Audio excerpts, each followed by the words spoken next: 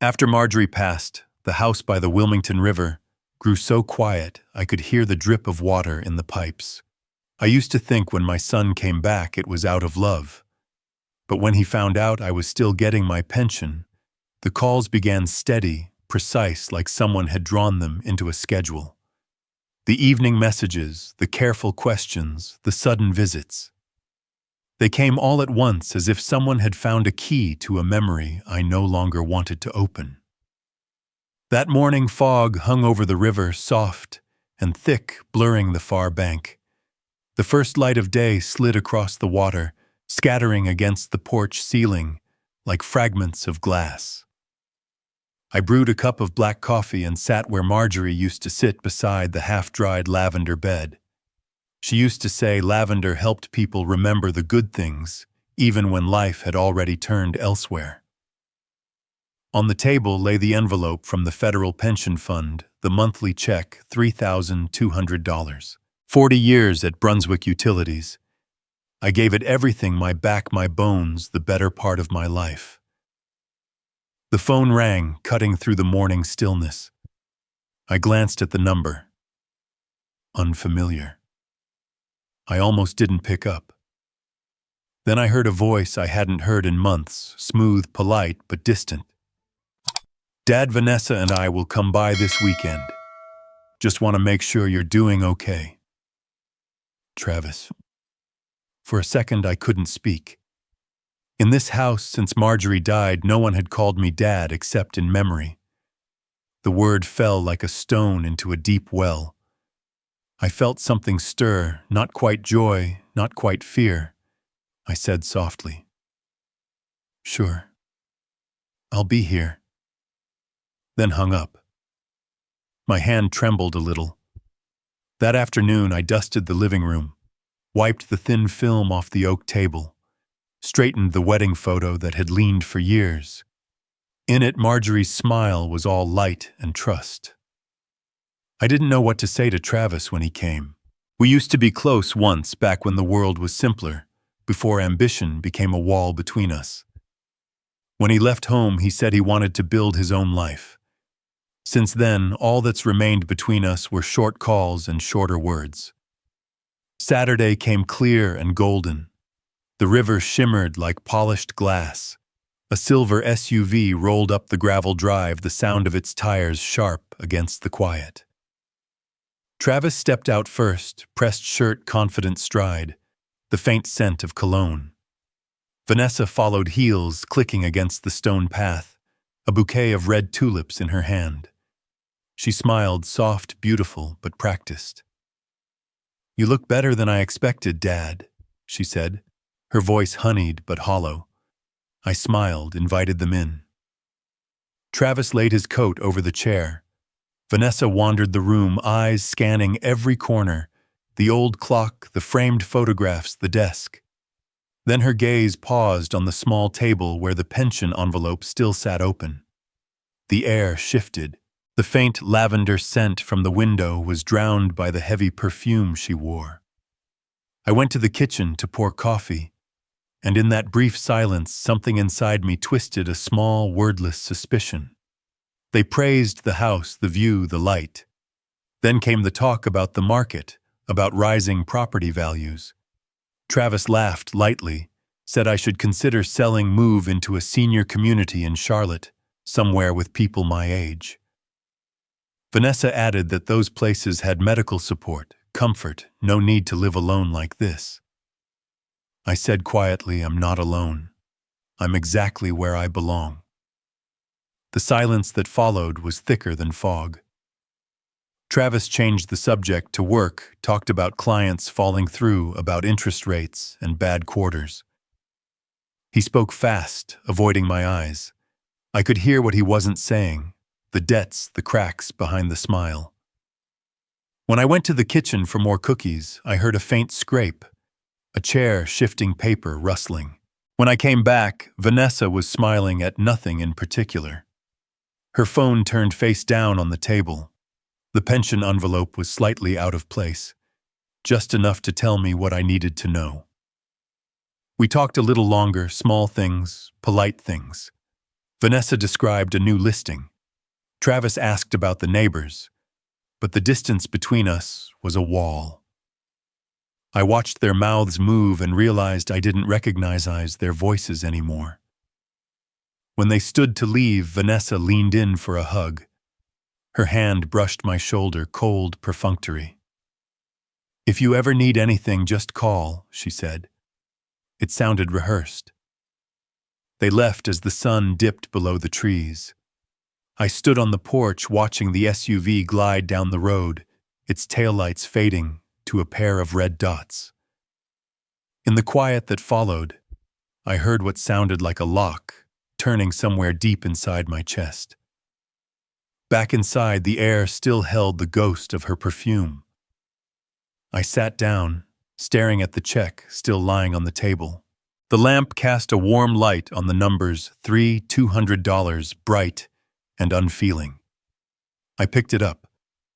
The paper was thin, but it carried the weight of 40 years of work, of promises made and kept.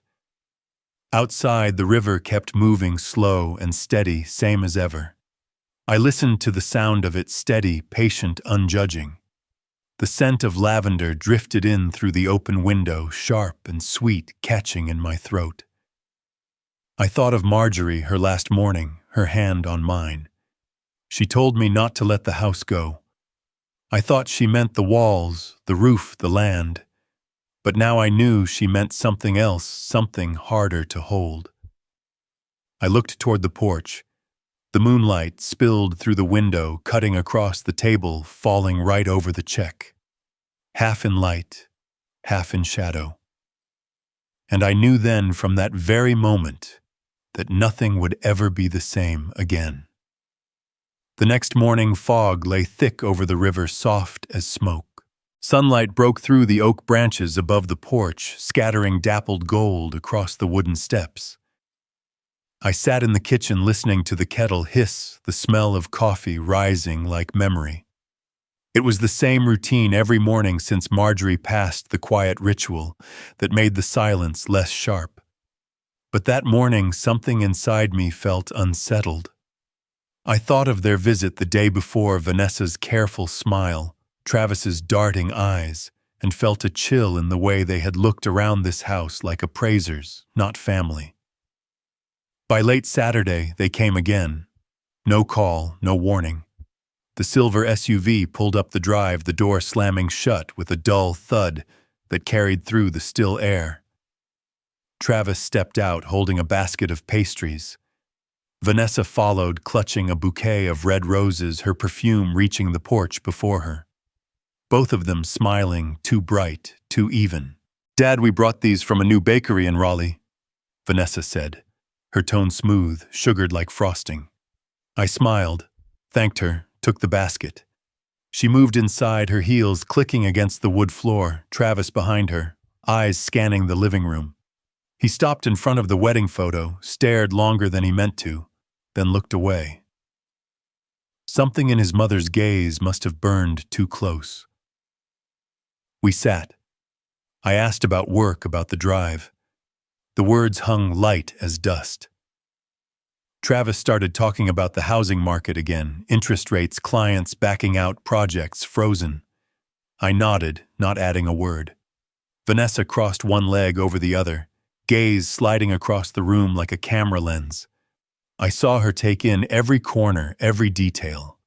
The way she looked at my house reminded me of the young agents I'd met during my working years, the ones who valued nothing they couldn't price. She complimented the foundation, said the floors looked sturdy, the roof well kept, then sighed, soft and deliberate, noting that homes like this were being bought up for luxury riverfront retreats. I gave a faint smile. I went to the kitchen for tea. Their voices murmured through the hall, low but clear enough for stray words to reach me. When I returned, Vanessa was smiling again, her phone face down on the table, though I'd seen the screen lit a second before. I poured the tea. Steam clouded the space between us. Travis took a sip, then looked at me, voice tentative. "Dad, don't you get lonely out here? Wilmington's peaceful, sure, but..." It's quiet. Maybe too quiet. I said, calm and steady. I've lived here my whole life. I'll stay here for the rest of it. The air thickened. Vanessa pressed her lips together, set her cup down, eyes drifting toward the window. Outside, the lavender moved gently in the wind, a soft ripple of color. Travis forced a smile. I just worry, that's all. The house is big. Maintenance, repairs, it's a lot. If you'd like, I could help you list it. You could move closer to us in Raleigh. I met his eyes. The boy who once begged to ride in my truck, who used to hand me tools and laugh at the smell of motor oil, now spoke about selling this house like it was inventory. I shook my head. Not out of anger, but something heavier, disappointment. Your mother planted those flowers out there herself, I said quietly. Every spring, I fix the porch steps. This house isn't a burden, Travis. It's what's left of our life together. He said nothing. Vanessa glanced at him, then smiled, tilting her head just so her voice gentle, almost kind. That's beautiful, Dad, she said, but the light in her eyes had turned calculating. I stood, said I'd check something in the yard. As I passed the hallway, I looked through the glass door. Vanessa was holding her phone up, camera angled toward the table, toward the stack of mail and the bank envelopes. A glint from the lens caught my eye. Then she lowered it. Quickly smiled again when she saw me returning. I walked into the kitchen and stopped. My body knew before my mind did. A kind of charge, like standing near a live wire. In 40 years as an engineer, I'd learned to sense when a system was about to fail. And right then, I felt that same hum, only this time it was inside my own home. When I came back, Travis was talking louder, describing a new project, Vanessa nodding, like it mattered. I listened, but didn't really hear. Their words floated above something darker, something both of them were too careful to name. The visit ended as the light faded. I walked them to the door. Vanessa took my hand in hers, warm on the surface, cold underneath. We'll stop by again soon, she said, eyes holding mine a second too long. They stepped off the porch. Travis opened the car door for her, and before she got in, she leaned close, whispered something to him. I couldn't hear the words, but I saw the way his head dipped the small, guilty nod. The SUV rolled down the driveway, taillights flickering red between the trees. I stood there long after it vanished. The air was damp, smelling of river and earth. Inside, everything looked the same, but felt different. I noticed the pension envelope slightly off-center from where I'd left it that morning. Nothing missing, but something gone. Night came quickly. I turned off the lights, sat in the darkened room, letting the porch lamp cast a faint glow across the floor. Crickets hummed outside. The breeze carried the scent of lavender, faint, almost fragile. I thought about Vanessa's eyes, about the last thing she said. I wasn't sure if I'd heard it right, or if it was just my mind playing tricks. But the words replayed anyway, low and clear, like an echo carried by the wind. You were right. He still gets it. $3,000 a month. Guaranteed. I sat still, staring into the dark. Outside, the river moved slow and silver under the moonlight, calm as ever. But I knew that calm wouldn't last. The wind that was coming wasn't from the river. It was coming from my own blood. In the days that followed, the house grew busy in a way I hadn't asked for. The phone rang more often. Each time it was Vanessa's voice, sweet as honey, smooth as glass, but carrying something sharp beneath it. She asked if I was eating enough, if I wanted her to pay my utility bills online, if I'd taken care of the property tax yet. At first I thought it was concern, the kind that comes too late after a family has already fallen apart. But her concern arrived with the precision of an appointment. Every morning, every evening, always polite. Always timed. One morning I was mowing the lawn when the phone buzzed again. Vanessa said she'd set up an online payment account for me so I wouldn't have to worry about bills. I asked why she'd do that. She laughed lightly, said all I needed to do was send the verification code when it arrived. I cut her off. I told her I still knew how to write a check. Her voice faltered, then softened again, syrupy as ever. I just want to help Dad. I hung up, wiped the sweat from my neck. The oak trees rustled in the wind, and for the first time in months, the sound of leaves felt like a warning. A week later, Travis showed up. No call ahead. A new habit. He carried a folder wrapped in plastic and set it on the oak table where I read the paper every morning. The title at the top caught the light. Emergency Power of Attorney. I looked up. He smiled carefully, the kind of smile that wants to look harmless. It's just precaution, Dad. In case you ever get sick or something happens, someone needs to keep the property in order. I sat still. Sunlight slanted through the window, lighting the pages like they were glowing from within. Who told you to draw this up? I asked. He hesitated, then said, Vanessa's lawyer thought it'd be smart. I pushed the folder back toward him. I still mow my own lawn, fix my own fences, and I'm clear enough to know when to sign something. His jaw tightened, but he only nodded. His hands were clenched beneath the table. That evening I sat on the porch. The streetlight cast a pale glow over the river, still and glittering. It looked peaceful enough to fool a man. I remembered the years climbing power poles in storms, my hands frozen, my grip steady because it had to be. Back then I thought no storm could break me. But this was a different kind of storm. It didn't come from the sky. It came from within the walls of home. After that I started paying attention. Vanessa kept calling. Her tone never changed, light, cheerful, careful. She asked what I'd eaten, if I'd taken my medicine, if I'd ever thought about refinancing the house since property values had gone up.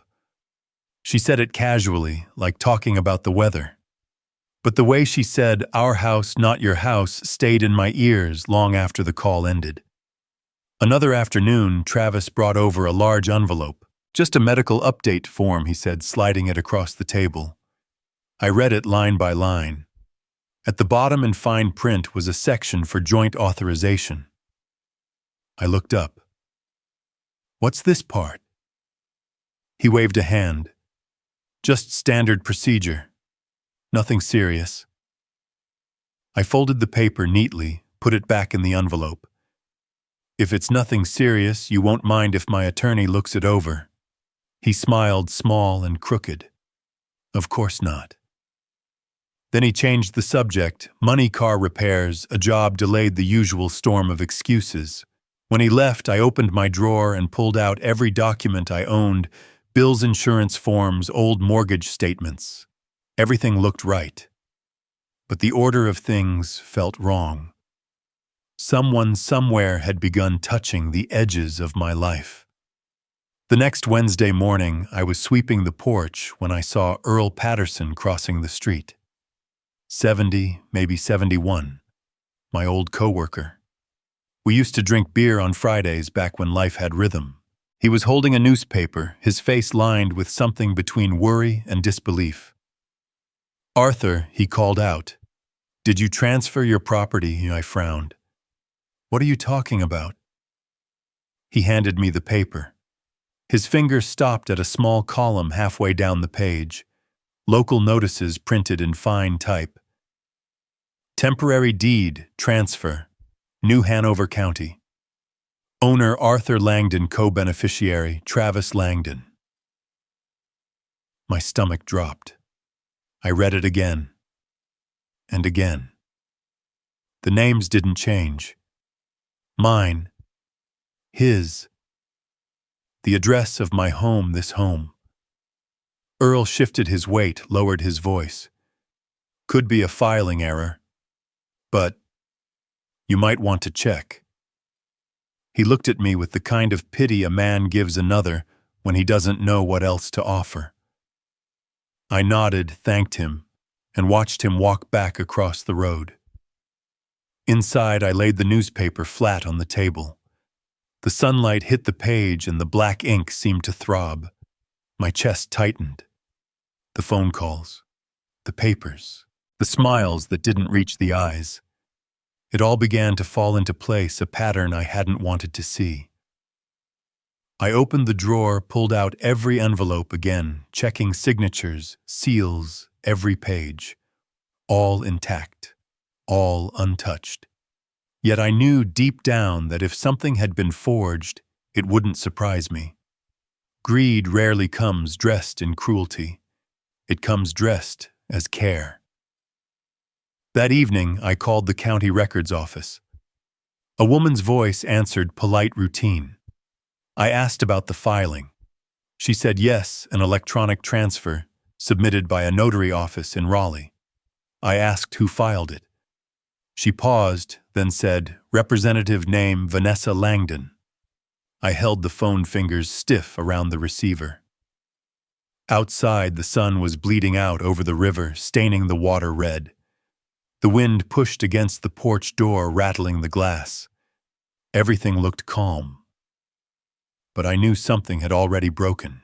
I read the notice again, the same line, the same names, until the words blurred. My pulse hammered in my ears. There was only one thought left in my head. Something was wrong. And this time it wasn't just a feeling. The next morning I drove to the New Hanover County Clerk's office.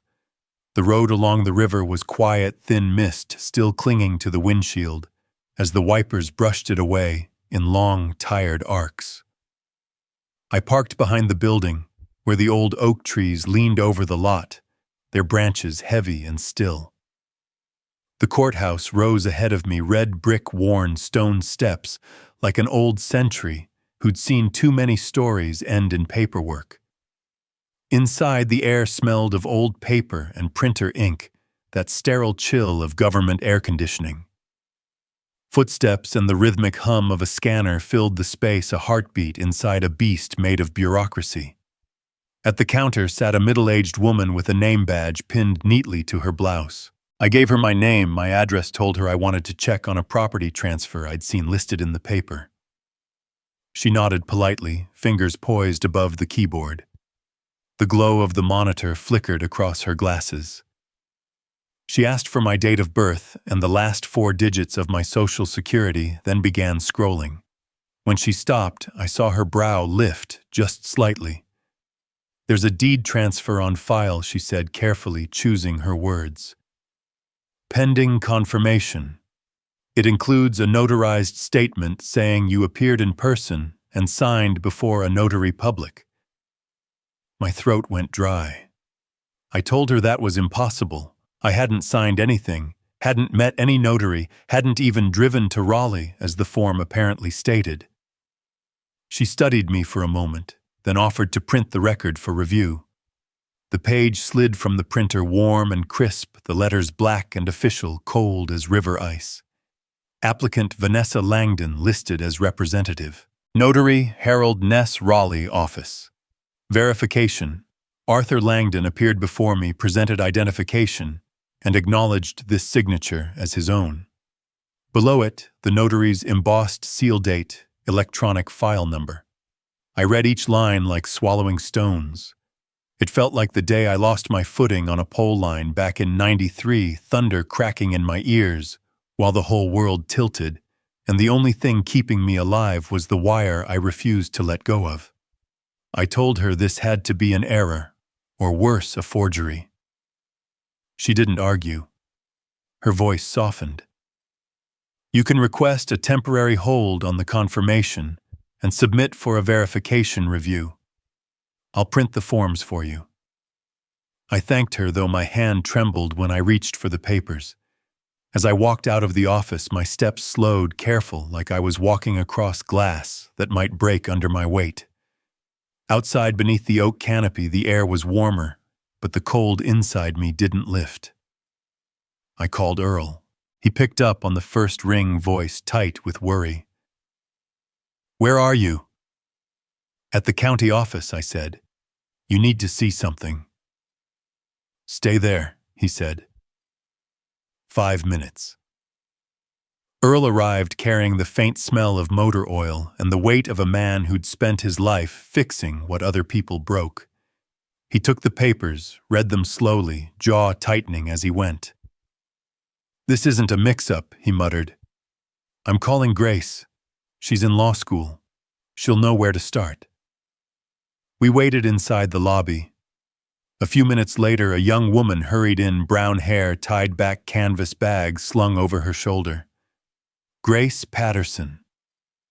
Her handshake was firm, her tone clear and businesslike.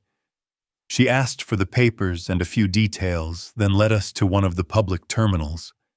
Her fingers flew across the keyboard faster than I could follow.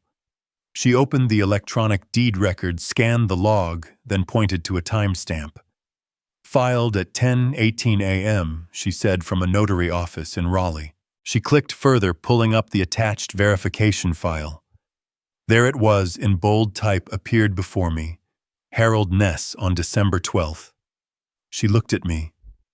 Where were you that day? I didn't have to think. Home, I said. I was trimming the back fence, replaced 3 boards, had a beer with Earl in his garage that night. Earl nodded immediately.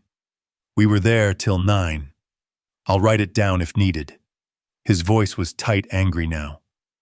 Grace scrolled lower. The submitting agent was listed as Vanessa Langdon, using a small commercial law firm's address in downtown Raleigh. Her tone dropped, measured. That could just be a drop address, she said, or it could mean they're working together. Either way, we flag this. She printed out a dispute and hold request form and guided me through each section, explaining line by line, her pen tapping where I needed to sign. This statement, she said, swears you never appeared before the notary. If this notarization is false, that's a serious offense. When the forms were filed, she didn't stop. Grace opened the metadata of the scanned document, zoomed in on the corner of the digital record. See this? She said. The scan came from an older model device from the notary's office. But the last login came from a mobile device not registered to that system. She frowned. That's not hard evidence, but it's a trail. It suggests someone accessed it remotely. I asked quietly, and what does that mean? Deeper investigation. She met my eyes, steady and unflinching. It means someone might have built a document to steal your home. And if that's true, it's not just family business anymore. The words hit harder than thunder. I thought of Travis, the way he'd looked at the wedding photo, the way he'd talked about selling the house like it was already gone. I thought of Vanessa, her perfect smile, that calculating gleam, when she tilted her head, the camera flash on my table. It all snapped into place, one wire after another humming in the dark. Grace printed a checklist of next steps. The hold was filed. Next was a formal fraud notice to the notary office. She told me not to contact Vanessa directly and to keep any new mail sealed postmarks intact. Even the smallest detail, she said, can anchor an entire case. Earl offered to drive me home. I said no, I needed a moment alone. He didn't push, just told me to call if I needed anything. Grace said she'd stay near the courthouse another hour to file supplemental forms. She was young, but her confidence steadied me. Outside, I walked down the courthouse steps and paused on the last one. The wind off the river carried a faint trace of salt, and something else, iron maybe, or memory. The oak leaves rustled overhead. I looked up at the courthouse facade, the red bricks weathered by time, and thought about my name printed inside that file, my life flattened into a forged signature. For the first time in my life, I saw the Langdon name not as family, but as a legal transaction gone wrong. I drove home in silence, my hands still tingling from the courthouse. The road along the river was empty, the wind carrying salt and the first cold breath of winter. When I reached the porch, I stood there for a long time, staring at the wooden door, where the afternoon light had faded into the old paint. That house had once been pride. Now it felt like a front line. I knew I couldn't wait any longer. That night I called Travis. I told him we needed to talk in the morning. He said one word, yeah, and hung up. By dawn, Wilmington was wrapped in a slow, steady rain. Not a storm, just that kind of patient drizzle that feels like the sky already knows what's coming. I set the table, made coffee, left the door open. When the silver SUV pulled into the drive, the sound of its tires on wet gravel cut through the quiet. Travis stepped inside, coat-damp hair dripping into his eyes. He didn't look at me. I pointed to the chair. "Sit down, Travis. We need to talk."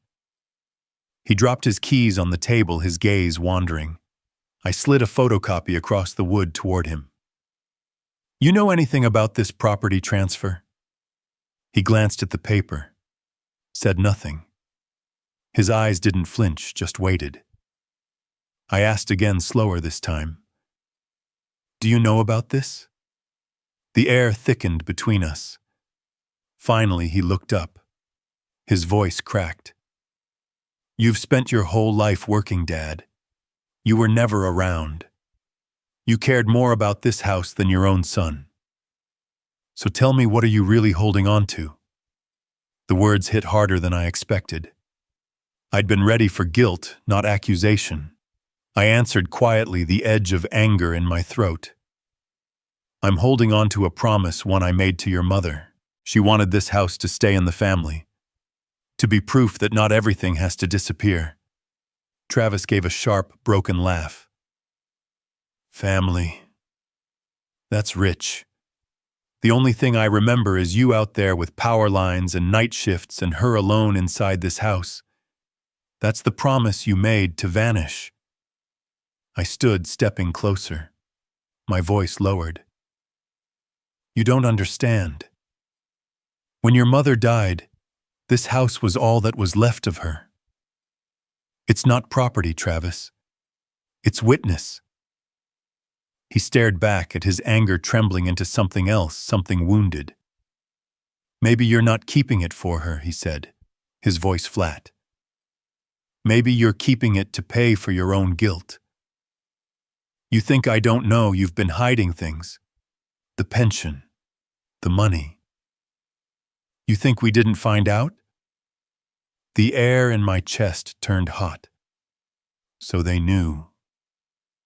Vanessa's visits, the soft voice, the smiles, all of it had been prelude. I said, steady but shaking, I never hid anything. "That pension is what I earned every year. I froze on a pole to keep this town lit. If you think that's something to be ashamed of." I have nothing left to say. He rose abruptly, moved to the window. The rain had thinned to a mist, drops clinging to the glass like tiny lights. His reflection looked smaller than I remembered. He spoke without turning. "You don't get it. Vanessa's trying to help. She said if you keep resisting, the court can declare you legally incompetent. You won't be able to sign for anything." Then his phone rang. He hesitated, then put it on speaker. Vanessa's voice filled the room, cool, clear, practiced. "If he doesn't cooperate, the court can appoint a guardian. Once that happens, Arthur won't have legal control over the property. He should think carefully before letting it come to that." I looked at my son, really looked. The boy who once clung to my jacket at the riverbank was gone. My own voice came out low and cracked. "If your mother were here, she wouldn't recognize either of you." That stopped him. For a heartbeat, his eyes flickered, guilt, confusion. Something human. Then it vanished. He grabbed his keys. "Don't bring her into this. Keep your house if it means that much. See what it gives you besides loneliness." He turned. His footsteps were fast, uneven. The door slammed so hard the frame shuddered. A second later, I heard the crash, the wedding photo of Marjorie and me hitting the floor. Glass shattered, scattering light across the room like fragments of a scream. I knelt, picked it up. A shard sliced my finger. Blood welled, staining the sleeve of my shirt. In the picture, Marjorie was smiling, hair caught in the wind, eyes bright enough to make the world seem gentler. I touched her face, whispered, "I promised I'd protect this house. And I will, even if I have to do it alone." Outside, the rain had stopped. Evening light spilled through the window, a thin gold band stretching across the floor. I sat back in the chair, holding the frame close, listening to the slow tick of the clock. Each beat sounded like something breaking inside me, quiet, inevitable. The house still stood, but what once held it together had begun to crack. And I knew then the first fracture wasn't in the walls. It was in the bloodline of the Langdons themselves. A week later, a thick envelope arrived from the bank. The embossed logo of First Carolina Bank gleamed in the corner, but what froze the blood in my veins was the header on the first page, "Confirmation of Pension Account Transfer Request." I read it once, then again, then again. Under the signature line was my name, Langdon, written in a hand that wasn't mine. I sank into the chair. The paper trembled between my fingers. Morning light poured through the window, stretching across the table in a pale yellow band. The house was so still I could hear the clock ticking, each sound sharp and deliberate, like something carving time itself. But inside my head, there was only wind, the kind that comes before a storm. Someone had gone further this time. Bolder. They were reaching for the last thing in my life still untarnished. That afternoon, as I stood on the porch, the phone rang. The voice on the other end was one I hadn't heard in years, low, raspy, but steady. Linda Graves, Marjorie's old friend. She used to live in Wilmington before moving up to Durham. "Arthur, I had to call you right away," she said, breathless. "Someone just filed a request to verify your federal pension account. The email domain was Langdon, but it wasn't yours. I work in the personnel division for the pension office, and the system flagged it. I double-checked twice." I gripped the phone until my knuckles went white. "Thank you, Linda," I said quietly. "Don't process anything yet. I'll handle it in person." When the line went dead, I sat down hard. Rain began to fall, tapping against the metal roof like small, deliberate knocks. Each drop felt like a word I didn't want to hear. This wasn't family tension anymore. This was theft. Forgery. Betrayal disguised as blood. That night I sat at the kitchen table staring out the window. Streetlight shimmered across the thin layer of rain. On the table lay every document I'd gathered, the deed transfer notice, the forged signature from the notary, the bank confirmation. They looked harmless, just paper and ink. But they carried the weight of everything that could vanish from a man in a single moment. I knew I couldn't face this alone. I needed someone who understood the law and the cruelty that sometimes hid behind family gestures. The next morning, I drove downtown to Sullivan and Pierce Attorneys at Law, a 3-story brick building on Market Street. The office smelled faintly of ink and rain. They sent me to Catherine Sullivan, a young attorney in her 30s, sharp brown hair, pulled back, clear eyes that seemed to see more than you said. Her handshake was firm, but not cold. She listened as I laid everything out. The forged deed, the banking interference, the familiar names behind it all. She didn't interrupt, didn't pity. She took notes, her pen steady. When I said Travis and Vanessa, she looked up. Her eyes narrowing slightly, not in surprise, but recognition. "I've seen this before," she said, voice calm, deliberate. "My own father was scammed out of his pension after my mother passed. It's called elder financial exploitation. They prey on trust exhaustion and the fog of memory. They make you sign your own disappearance." But this time, she said, her voice hardening, "You came earlier than they expected." I sat still, listening to her words settle in the room like sand after a wave. She reached into her desk and pulled out a thick file folder. "Here's what we'll do," she said. "We'll file a formal investigation request with both the county clerk and the notary's office. I'll need you to sign a legal power of attorney so I can act on your behalf.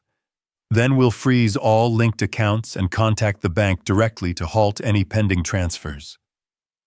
I looked down at the paper she slid toward me. The words blurred for a moment, swimming behind the sting in my eyes. My hand trembled, but the line of ink came out straight. When I set the pen down, Catherine spoke softly, like a judge delivering a verdict. "From this moment forward, no one touches your name without going through me."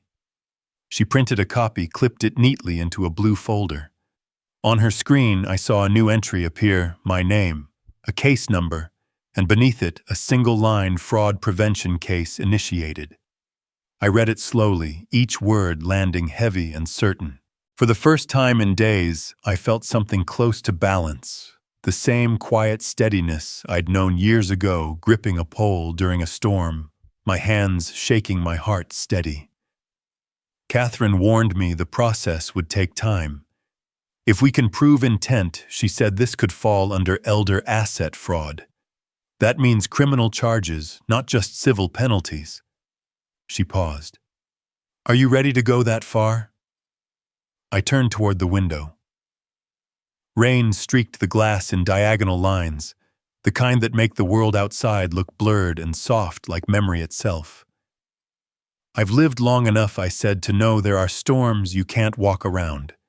You have to walk through them to find the calm again." She smiled faintly, nodded, and began pulling together documents.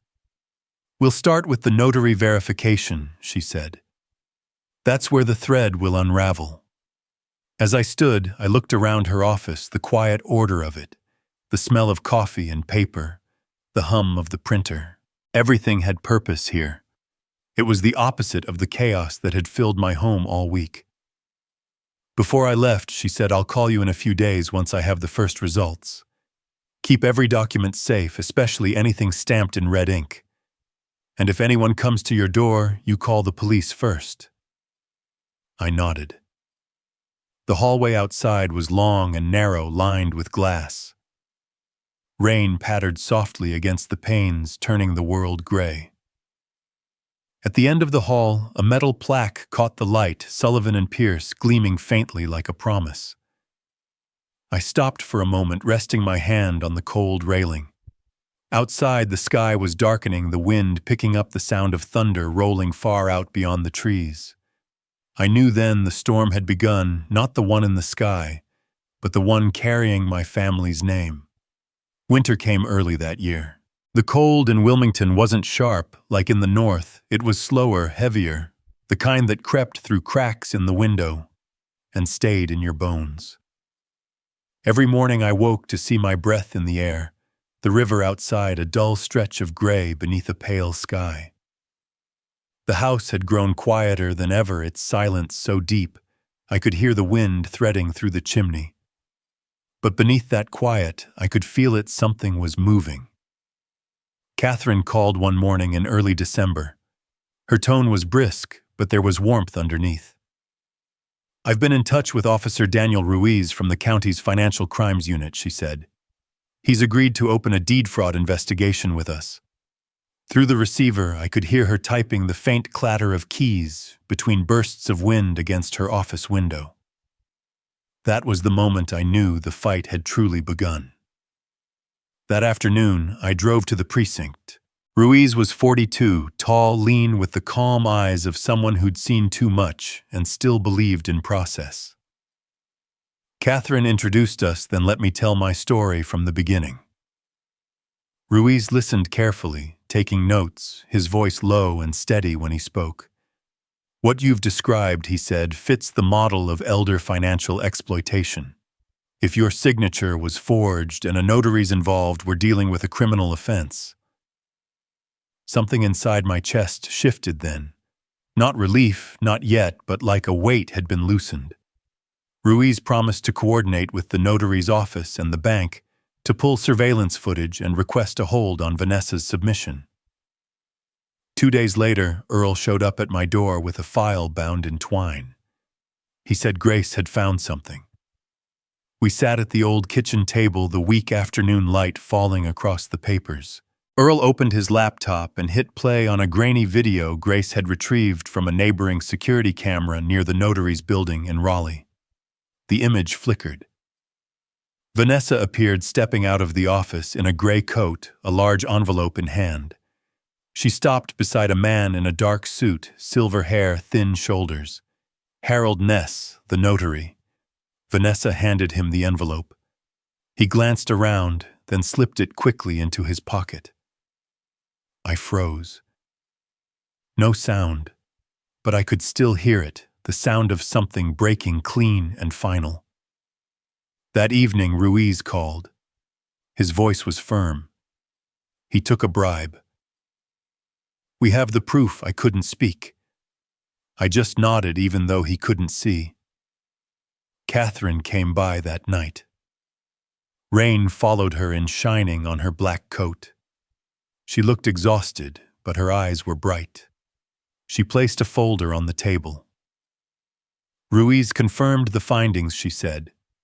Fingerprints on the notarized page match both Vanessa and Ness. Their meeting aligns exactly with the filing timestamp. I asked, "What happens now?" She looked up, her face lit softly by the kitchen light. Now, she said, we bring justice back where it belongs. Her words weren't loud, but they cut through the fog in my head, like clean air after rain. She explained the process step by step. Ruiz would submit his report to the county court requesting formal charges for deed fraud. I would be the civil plaintiff, while the notary's bribery would fall under criminal investigation. She spoke of statutes, federal protections for senior citizens clauses and procedures, but all I could hear was one thing. I wasn't alone anymore. As she gathered her papers, I looked out the window. Rain was still falling, slow and deliberate drops, clinging to the glass and catching the glow of the lamp. Do you think justice comes in time? I asked. Catherine smiled faintly, resting a hand on my shoulder. Justice doesn't hurry, Arthur, she said, but it never forgets. I turned away before she could see my eyes. Outside, wind scraped through the trees. Water dripped from the eaves into puddles that shimmered in the porch light. I remembered the first night after Marjorie died, how I sat alone listening to rain just like this. The difference was that back then I felt hollow. Now I felt something else, anger, fear, and a small, fierce flame I hadn't known was still there. 3 days later, Ruiz and Catherine called me back to the precinct to sign the official complaint. Earl came too with Grace and her laptop, her face alight with purpose. The room was small, the fluorescent light cold and humming. Nobody wasted a word. Ruiz read through each section, signed, and slid the document across to me. I took the pen, drew a deep breath, and signed my name on the final line. The handwriting wasn't perfect, but it held steady like a pole brace in the wind. When I finished, Ruiz nodded. This isn't just about you, Arthur, he said quietly. This is how others won't have to go through the same thing. I met his eyes and nodded. For the first time in weeks, the air felt lighter, even if the road ahead was long. Grace backed up every file to an external drive, her hands moving fast, eyes bright with conviction. I realized then how grateful I was for all of them. That evening, when we stepped outside, the Wilmington sky hung low and heavy. The wind swept down Market Street, scattering the last yellow leaves. I stood there for a moment, between two worlds, the quiet one of old age and the new one I'd been pushed into, the kind that required courage more than memory. By March 2025, the case was filed officially with the new Hanover County Court. I signed one last document, the red seal pressed deep into the paper. The scent of fresh ink rose sharp and cold. Outside, the rain still hadn't stopped. I knew, as I looked through that wet glass, that this was no longer just my story. This was the beginning of a war between truth and blood. And this time I wasn't stepping back. That May morning, Wilmington glistened after a night of long rain. The streets were still damp, the air heavy with the scent of wet earth and magnolia. I walked into the new Hanover County Courthouse wearing the old gray suit Marjorie used to press before every important occasion. The hallway smelled of varnished wood and old paper. My footsteps echoed in even rhythm. The courtroom was already full. Rows of faces, neighbors, strangers, a local reporter checking his recorder. Across the aisle sat Travis and Vanessa. He stared at the ceiling as if it could save him from the weight below. She kept her head down, fingers circling a thin gold ring until it lost its shine.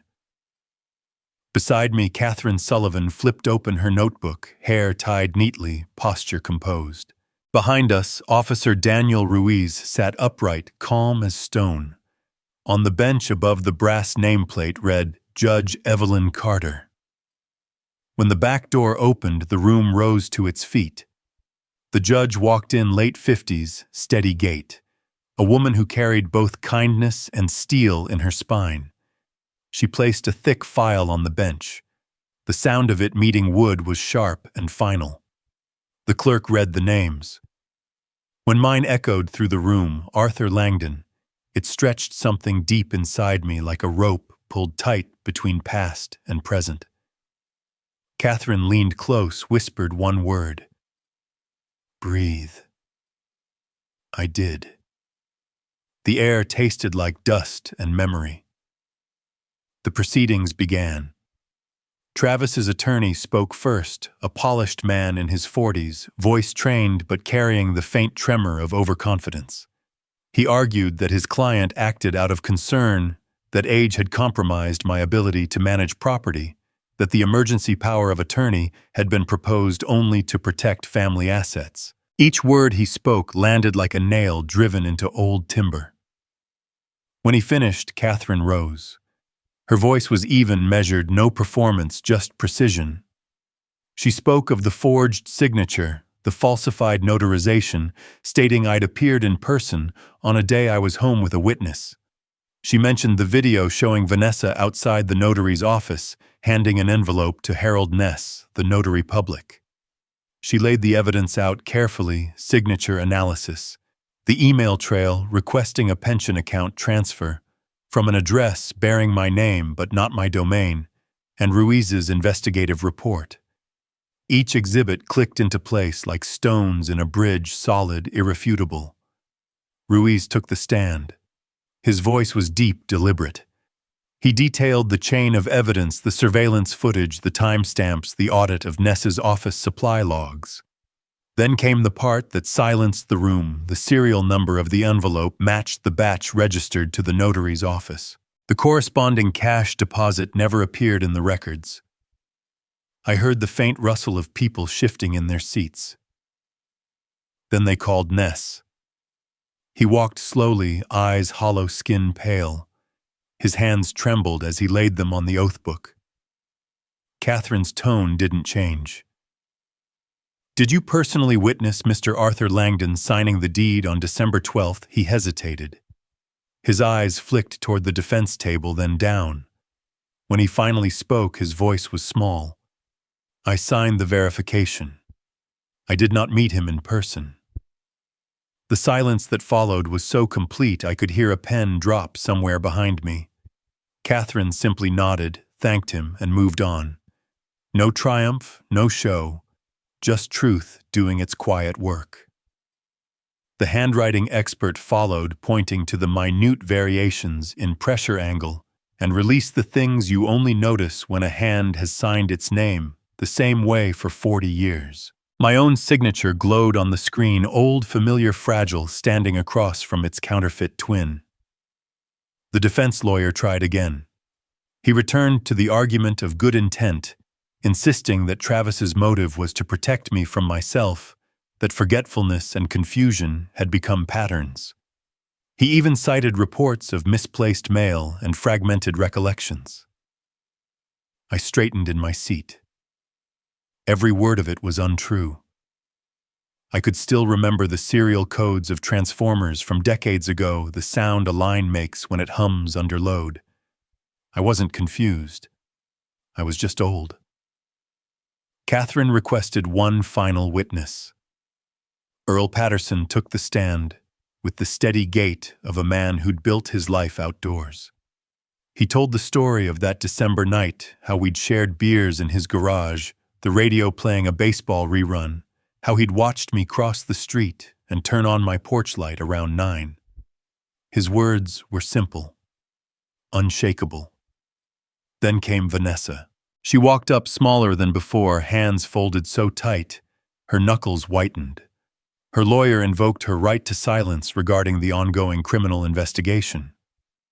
The judge allowed it. I looked at her and remembered the way she once moved through my living room, appraising it like inventory. Now she looked like a reflection that had lost its source of light. Finally, Travis. He stood, throat working. Catherine's questions were sparse, almost gentle. Who scheduled the notary?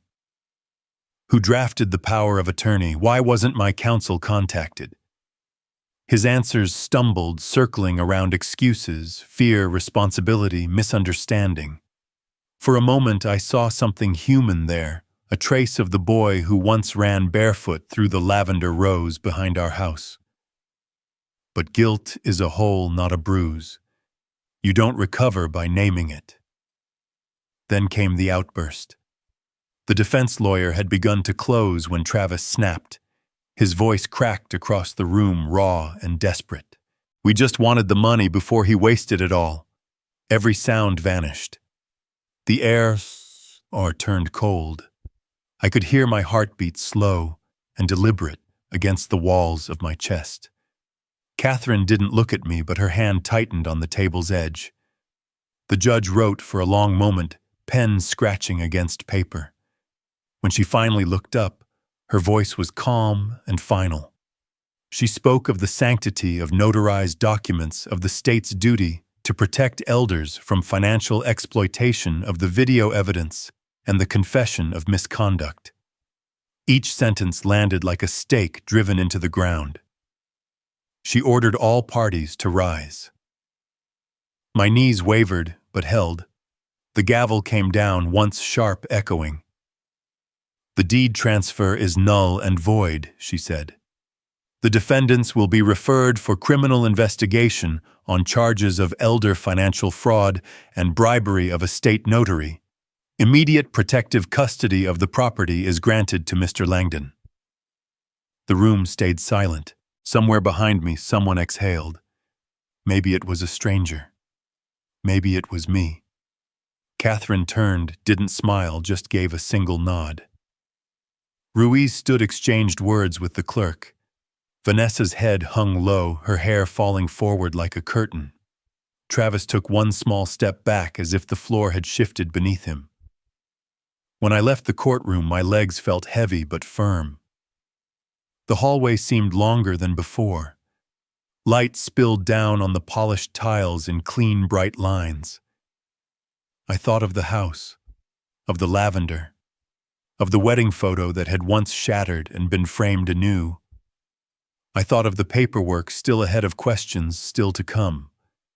And beneath it all, somewhere quiet, I felt a strange stillness, like the river settling after a boat has passed its surface smooth again for the first time in years. The late afternoon sun tilted across the courthouse steps as I walked outside. Its light spilled over the Cape Fear River in a long silver band, the surface moving slow like something breathing. I walked toward the parking lot, each step pressing another layer of quiet over the storm still turning in my chest. When the car door closed, the noise of the city stayed outside. I rested both hands on the wheel, watching my reflection fade across the windshield. Then I said softly to no one but myself, A father never wants to win against his son. The words fell into the still air of the car and stayed there heavy, shapeless, undeniable. In the rearview mirror, the horizon burned red. A flock of birds lifted above the courthouse roof, cutting across the light. My phone buzzed on the passenger seat. The name on the screen, Pastor Samuel, I answered. His voice came slow and warm, the kind that carried the patience of storms survived. "Justice doesn't need anger, Arthur," he said. "It only needs the truth," I said. "Thank you, Pastor. Just that." But before the line went silent, I heard him exhale as if in prayer. I stayed there until the sky shifted to gray-blue. By the time I started the engine, my hands had stopped shaking. Driving home, the wind from the river moved through the trees, carrying the smell of damp earth and salt. At the old bend by the docks, I slowed down. That spot where Marjorie and I used to sit on the 4th of July eating sandwiches, waiting for fireworks. The memory passed through me like a thin cloud, soft, untethered. It no longer hurt. It simply reminded me why I had fought. When I turned into the gravel drive, Earl was standing on the porch, hands in his jacket pockets, his old cap pulled low. He didn't speak right away, just nodded, then handed me a cold can of sparkling water. I opened it, the hiss of carbonation breaking the quiet like a stretched wire finally letting go. He said his wife had heard the news on the local radio. Told me to call if I didn't want to be alone that night. I told him I was fine, just needed stillness. He patted my shoulder, told me to bolt the door, then crossed the street, his shadow long and thin against the yard. Inside, I switched on the kitchen light. The yellow glow fell across the wooden table. The envelopes and legal folders Catherine told me to keep were still stacked neatly in place. I touched the corner of the top folder, cold, solid, real. The phone buzzed again. "A message from Catherine, restraining order is active.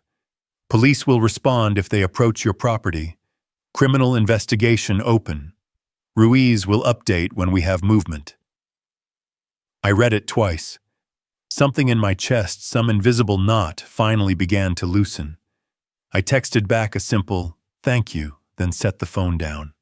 For a moment, I just sat listening to the faint echo of rain that wasn't really there anymore, just memory replaying itself on the roof. I thought about Travis. I tried to picture him as the boy with scraped knees, grinning through a mouthful of sand, running through the yard with a stick like it was a flag. But then his voice from court broke through. "We just wanted the money before he wasted it all." The words were like stones. Still, I refused to let them harden into the kind that block a doorway. I walked to my study, opened the bottom drawer. Inside was a small wooden box I hadn't touched in years. I slid it open. Old cards, yellowed envelopes, handwriting that leaned to the right, ink blurred by time and maybe tears. There was one card from Travis and Vanessa's wedding printed with olive branches on the front. I lifted it. The paper felt thin, fragile. The handwriting was his, young and strong. For a moment, a thought came sharp and quick as lightning. Tear it. Rip it in half in 4 until nothing could ever be put back together again, just as they had done with my trust. I pressed my fingers into the fold, but then I stopped. From the living room, I heard the wall clock tick steady, unhurried, like footsteps moving through the years without regret. I took a deep breath and looked at the last line of the card. Travis's signature, the cross on his tie-how drawn with such careless confidence.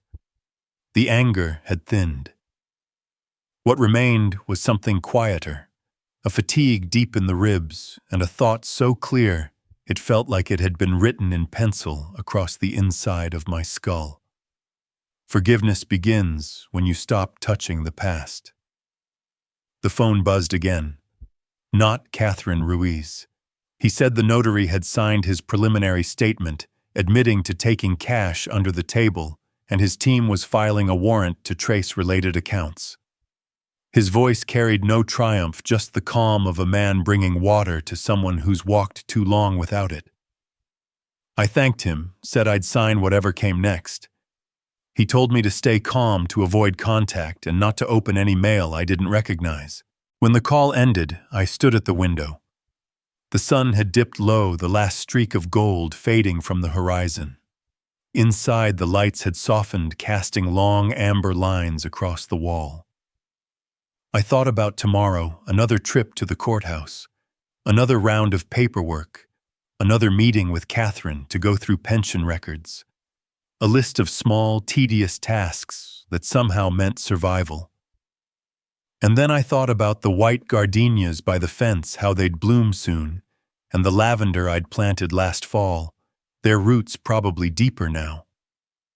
A voice rose quietly in my mind, not Pastor Samuel's, not Catherine's, but my own. The voice of the man who once climbed power poles in storms, hands numb, feet braced against wind. Don't retreat. Don't hate. Hold steady. Keep the light on. I sat down by the window, back against the old cushion, hands resting on my knees. Outside, the river drew a faint white path under the darkening sky. I closed my eyes, letting the sound of water pass through me like a song I'd known all my life. When I opened them again, the space inside my chest felt wide enough to hold the truth, not cramped, not bleeding, just open. June morning. Wilmington was awash in sunlight. The light slipped through the oak branches, scattering into silver fragments across the river like someone had tossed a handful of salt over the water. I poured myself a cup of coffee and stood by the window looking out at Maple Run Road, still almost too still.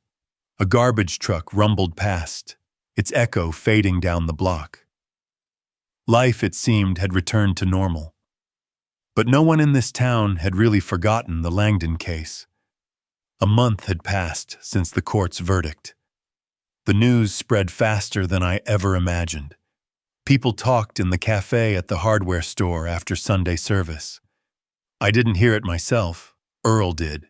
He said during the church council meeting, folks agreed that justice had been done, but not one of them felt joy. They called it a tragedy, not a victory. The story had stopped being about guilt or innocence. It had become about loss. One afternoon, Earl came by with an apple pie his wife had baked. He set it on the table, sat down, and stayed quiet for a long moment. Then he said, "People say you did the right thing, Arthur, but everyone feels sorry for him, because he lost the one thing that matters, trust." I didn't answer right away. Outside, the sunlight shimmered on the river, bright but cold. After a while, I asked, "And Vanessa?" Earl shrugged. "Left town last week. Moved in with her sister in Asheville. Doubt she'll come back." He paused. "Travis got fired. Real estate firm dropped him as soon as the investigation was confirmed. They don't want that stain." He looked at me, eyes soft but steady. "You don't have to say it, Arthur. Everybody knows you never wanted this." I nodded, stirring my coffee slowly. He was right. I'd never wanted to see my son fall. All I'd wanted was for the truth to stand. But even justice, when it finally arrives, leaves scars no court can heal. Earl left when the sun began to tilt low. His shadow stretched long across the gravel path, dividing the world into two halves, the past on one side and something people like to call peace on the other. That evening, I climbed the attic stairs. The air smelled faintly of dried pine and lavender, the scent Marjorie loved. In the corner sat an old dark brown chest I hadn't opened since her funeral. The hinges creaked softly as I lifted the lid. Dust floated like golden smoke through the late light. Inside were small boxes of letters, birthday cards, a few worn journals. I lifted them gently one by one until I found a small envelope tucked between two photo albums. The handwriting on it was hers, delicate, slanted, unmistakable, Marjorie Langdon. Inside was a faded wedding photo taken right on this porch 40 years ago. I was young in a gray suit. She was radiant, her white dress caught mid-twirl by a gust of wind. On the back, written in blue ink, were 6 words: "Home is where honesty stays." I read that line over and over. The ink had bled in places, but the message remained whole, as if time itself knew better than to erase what she believed. I sat down, holding the photograph, listening to the faint tick of the living room clock echo through the house. Each beat pressed the truth deeper. It isn't the walls or the roof that make a home stand. It's honesty. I thought of all those years working the power lines, the storms that bent trees in half the nights when lightning turned the sky white, and we climbed poles anyway. Back then, all we had was the rope, the current humming above us, and the faith that the man below would keep the ladder steady. That's what I thought of now, and I understood why I couldn't hate. Trust breaks easily, but if you choose not to crush the pieces, it can still grow back. I placed the photo back in its envelope and set it inside Marjorie's wooden letterbox. When I closed the lid, the quiet that followed felt full. Outside, the sun had faded to a thin ribbon of gold along the river. In my mind, I heard Catherine's voice from the courthouse. "Not everyone gets justice, Arthur. But everyone deserves to hear the truth." I had no desire to retell my story anymore. It had moved beyond me, become a warning, a reminder of what people lose when greed takes the place of love. Across the river, the lights of distant houses began to shimmer on the water. The current kept flowing, carrying those reflections downstream. I thought of Travis, wondered where he was, whether he could see the same evening sky. Maybe regret would find him. Maybe it wouldn't. Either way, it was no longer mine to carry. I sat still as the crickets started their song in the grass. A cool breeze rose off the river, brushing my face. For a fleeting moment, I felt Marjorie beside me, her hand resting on mine, warm, steady, forgiving. I didn't turn. I didn't want the vision to vanish. I simply smiled, eyes fixed on the horizon, where the sky met the water in a thin line of light. I closed my eyes and listened to the sound of the river lapping against the bank. In my breath, there was the taste of salt, of water, of memory, of forgiveness. When I opened my eyes again, the sky had turned violet, and the moon was lifting itself above the trees. I stood, went inside, and shut the door softly. The wedding photograph on the wall caught the moonlight, Marjorie's smile still there, calm as ever, untouched by any storm. I whispered, "We kept the house, love. Not with wood or brick, but with honesty." Then I switched off the lights, letting the room fill with pale moonlight, quiet, clean, and whole again, as if the night itself understood that peace had finally come home.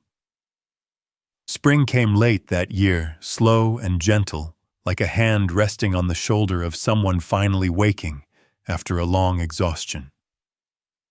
The Wilmington sky was impossibly blue, thin clouds drifting past the tops of the oaks, as if time had decided to move softly again.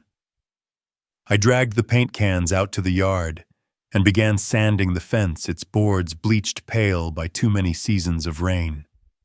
The smell of dry wood rose under the sandpaper, sharp, familiar, and for a moment I could almost see Marjorie beside me again, her hair tied back, sleeves rolled up, both of us repainting, before summer came, trying to keep the color from fading.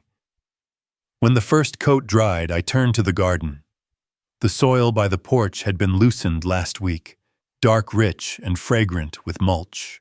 I planted the lavender one root at a time, pressing the earth around each base, sprinkling a handful of compost, patting the soil firm. The small green shoots trembled in the breeze as if testing their voices before they learned to sing.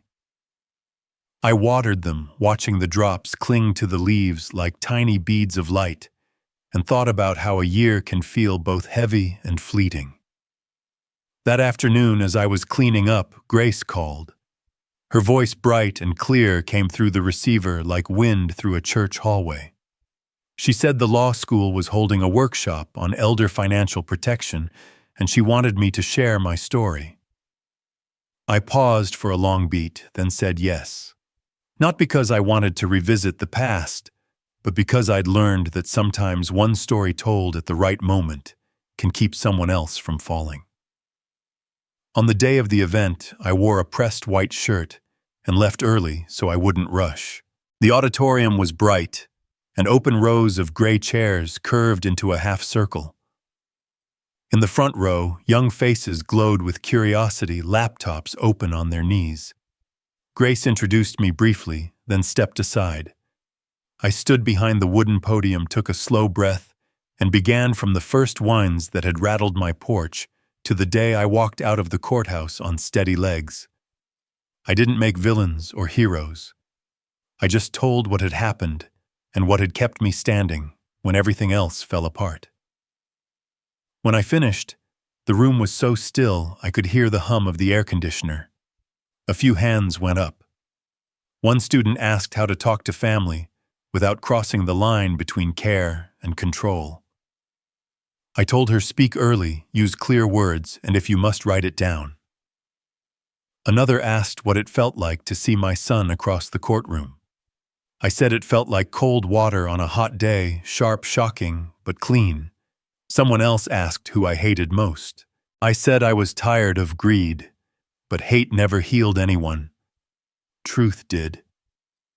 When it was over, Grace walked up with eyes shining in that deep, quiet way joy sometimes shows itself. She said if I was willing, she wanted to help start a small fund with the church to support retirees who'd lost their savings to fraud. For a moment, I couldn't speak. I just nodded. Let's do it, I said, and it felt like setting down a weight I'd carried too long. A week later, we met in the small side room of the church, wooden table, pot of tea, a plate of cookies, window open to the breeze. Pastor Samuel sat at the head, Grace beside him, and the church's bookkeeper taking notes. We mapped out the beginnings of the Langdon Foundation. Nothing large, nothing grand, just enough to matter. Our first goal fund, legal consultations for seniors in need, open a phone line, organize neighborhood talks. Pastor Samuel smiled and said, "The biggest things start with what we can do today." I looked at his hands, thin and veined, and thought how steady they seemed. Catherine helped next, efficient as always. She reviewed the bylaws, drafted forms, assigned someone to handle records. I didn't understand all of it, but this time I didn't feel lost. Everyone worked in rhythm, no one louder than the other. By Friday evening, they all came to my house for dinner. Catherine arrived early with a basket of salad and a bottle of juice. Earl brought flounder he'd caught that morning, the scent of salt still on his hands. Pastor Samuel came last, carrying a loaf of bread still warm from the corner bakery. I lit the grill on the porch. The fire cracked softly in the wind, smoke curling into the lavender air. The smell of searing fish mingled with the garden's fragrance until the whole yard felt alive. Sunlight stretched across the wooden table, tinting everything gold. We ate slowly and talked about small things. Catherine told a story about an old woman who almost lost her savings to a phone scam. Earl talked about how the oak tree in his yard came back greener this year. Pastor Samuel shared a story about a young drifter the church had helped find a bed for the night, saying that kindness is sometimes just moving your chair an inch to the side so someone else can sit. Each story felt like a floorboard being laid something solid underfoot again. As the plates emptied, Catherine turned to me. She asked how it felt now that everything had settled. I looked out at the flowers, listened to the river far off, and said quietly, "I didn't win anything. I just kept what I loved, truth and this house." The words came lighter than I expected, stripped of the weight they once carried. Pastor nodded. Earl smiled faintly. Catherine's shoulders eased like someone setting down a box she'd been holding too long. When dinner ended, we pulled our chairs near the fence to catch the breeze. The evening wasn't dark yet, but the shade had begun to fall at the base of the trees. I told them about my years on the night shift, climbing poles in rainstorms, hands numb, locking a cable at the exact tension it needed, because if you left it loose, the whole street went dark. Pastor listened closely and said, "Some things only pass if someone's willing to stand there and hold the light steady." Earl laughed and added, "Guess that's what we're all doing, one bolt at a time." Before leaving, Catherine said she'd send me the 6-month draft plan for the foundation. Grace would handle outreach with the law school. Pastor would coordinate church groups, and Earl volunteered to drive seniors to our community sessions. I thanked each of them. For the first time in a long while, I didn't feel alone in that house, even when the night came and the door shut behind them. When the small gate closed, the river wind swept through again, brushing the lavender like a familiar hand. Their laughter still lingered on the porch, echoing softly against the wood, before dissolving into the cool air.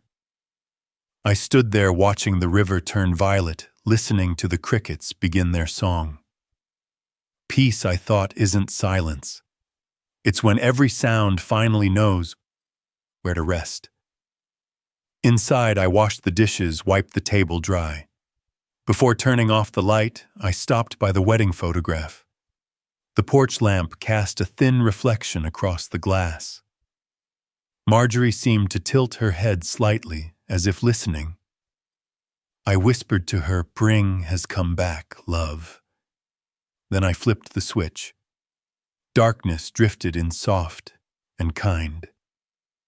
And in that darkness, I could hear the wind move through the lavender outside a quiet answer I'd been waiting a whole year to hear. Dusk settled over Wilmington like a thin blanket draped across the sky. The river caught the last of the gold light and stretched it into a soft ribbon, drifting slow toward the sound. I sat on the porch, listening to the wind off the water mix, with the faint metallic hum of the screen door trembling in its hinge. From down by the gate came the creak of the old wooden mailbox. The postman, an elderly man with silver hair and the patience of someone who's seen too many seasons, walked up the path, a white envelope in his hand. He smiled and said almost gently, "Mail for you from Raleigh." I took it, and my heart stumbled once. The handwriting stopped me cold. Travis Langdon. I sat on the porch step, the last beam of sunlight slipping over my hand and catching on the edge of the envelope. Inside was a simple birthday card, olive branches embossed in silver, the handwriting unsteady ink smudged at one corner. "Hope you still keep the lavender garden." Nothing else. No apology, no justification. Just 8 small words, soft as a pebble dropped into still water, spreading ripples I couldn't name. I read it again and again, then folded it carefully. I didn't feel anger or joy. Only that quiet emptiness that follows after a long storm, when the air is too still and every sound feels like it's waiting for permission to exist. I stood and went back inside. The house smelled of time-old wood paper, a trace of dried lavender from the vase on the shelf. I opened the cabinet where Marjorie's keepsakes rested. Her little wooden letterbox was still there, hand-painted, its cherry color faded to soft brown. I placed the card inside between her letters and the wedding photo, and an old Christmas card. When I closed the lid, the sound was small, final, like a sigh that meant peace, not sorrow. Outside, the sky had turned violet. The river wind brushed through my hair, cool and light. I closed my eyes and listened to the hollow sound of my own breath, not sad, not restless. Maybe because there was nothing left to expect. Maybe because somewhere deep down I had forgiven so long before I knew I had.